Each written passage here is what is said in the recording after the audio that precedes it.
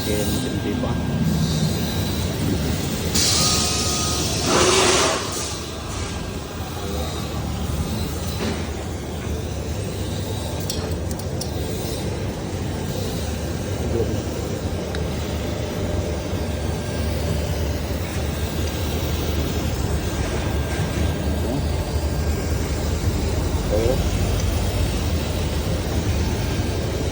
Ada berubah nggak?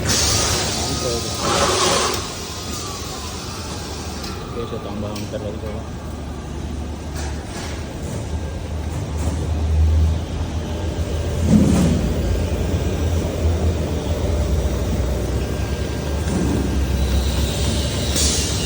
Ini yang dari sini pengelasan nih, pengelasan pakai induksi.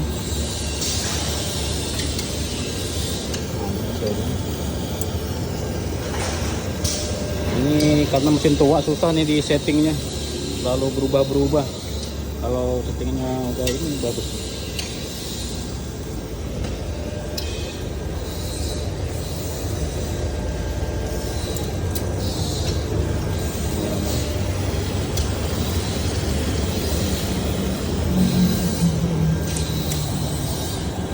Nanti jadi hollow macam ini. Nanti ditapak ini.